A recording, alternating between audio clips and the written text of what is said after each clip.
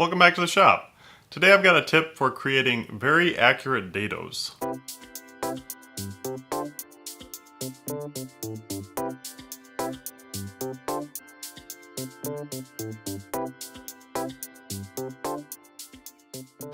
I'm working on building a lumber rack, which basically is going to consist of pieces of 2x4 like this with dados cut into them, and the support pieces, which are these pieces of maple that fit into the dado. In order for this joint to be as strong as possible, it's got to be very accurate. So basically, this piece has got to press fit into this with almost no wiggle room.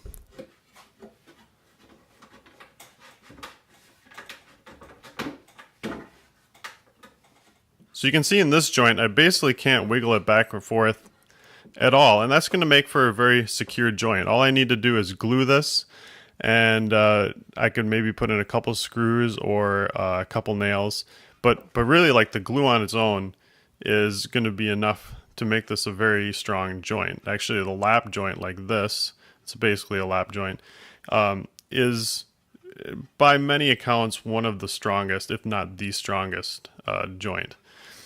So I have to be able to make a bunch of these dados that are very accurate, and I need to be repeatable, so I'm not starting over again each time I'm doing it, because I got to make 26 of these. I originally was going to make the dados using the router. I had seen Matthias Wandel do it a few times, and I thought, that seems like a good idea. But after trying it out, I really didn't feel like it was a very safe way to make them. Basically, his method is you use a square or something else that you're going to use as a fence. You clamp it, and then you do a cut with the router, and then you use a spacer, which is basically the width of whatever the piece is that's going to fit into that dado minus the width of the bit. So I did that.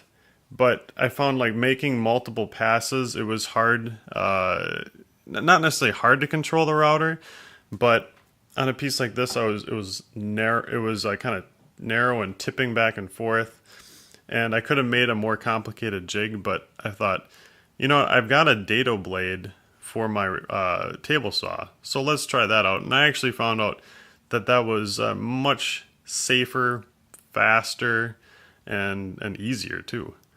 So basically, the method that I've seen many guys do, Matthias is one of them, is you take a piece which is going to be the width of your dado, and then you run it through the blade. So you're removing the width of the blade, and then you glue it back together. In my case, I just use some super glue. It doesn't need to be anything fast. It could be a glue stick, or you could even tape them back together or something. That's not a big deal. And this is going to act as your spacer. As you can see, I made a pretty long fence for my miter gauge. I actually had to make a new one because my old one wasn't long enough. And that allows me to put a stop block down at the end. And I can put the spacer block between my stop block and the piece I'm working on, and that is going to set the width of the dado. So I'll show you how that works.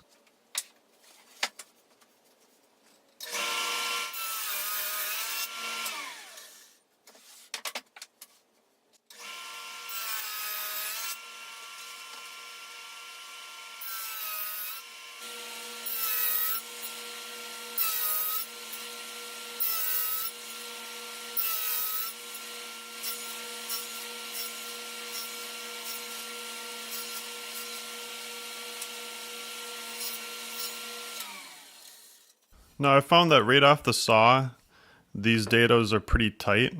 So you basically have two options. Well, there's probably more options, but here's two that I thought of.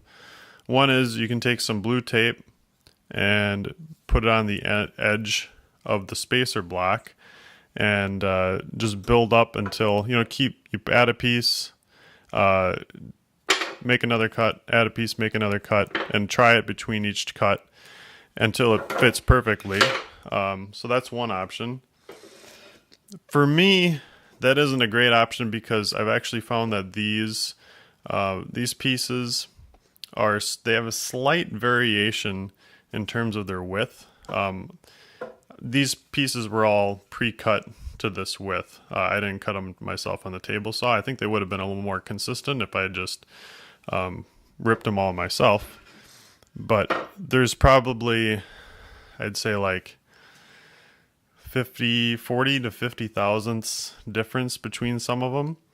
So for me, a better option is actually to grab the hand plane and take a few swipes with that until it gets a nice snug fit.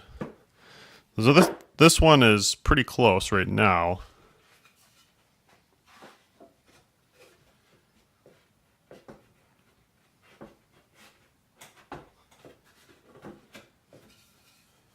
I could probably force it in there if I wanted to, but instead I'll just take a few swipes with the hand plane until it works.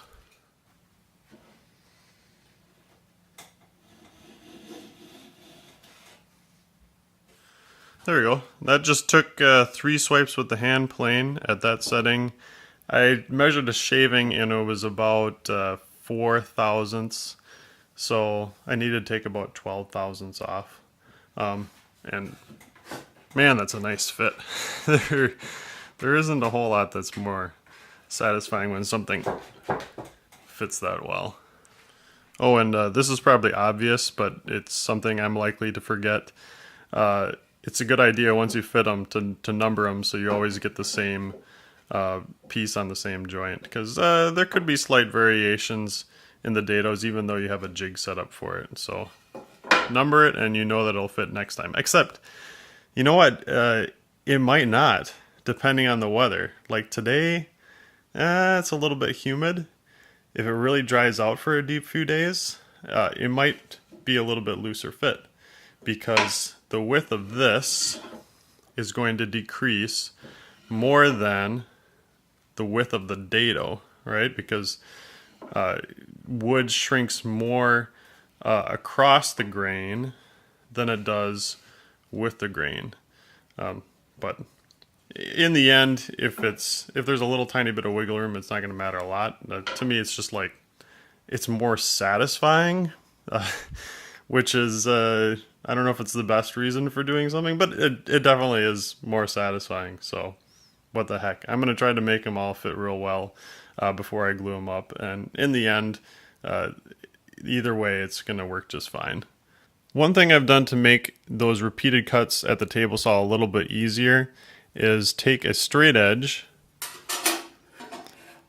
put it up against one side of the blade, make a line extending, put it on the other side,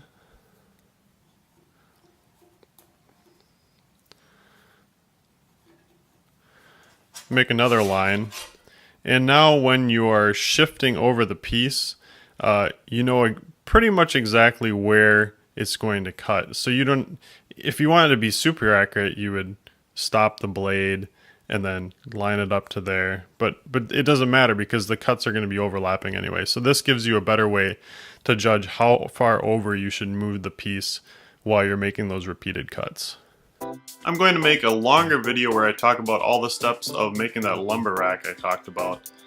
So stay tuned for that. Thanks for watching, and if you haven't clicked that subscribe button and you made it to the end of this video, like, you're obviously interested in watching what I have to share, so click that subscribe button. It's good for me, it's good for you, it's good for everybody. Thanks for watching, hope to see you next time, and take care. Bye.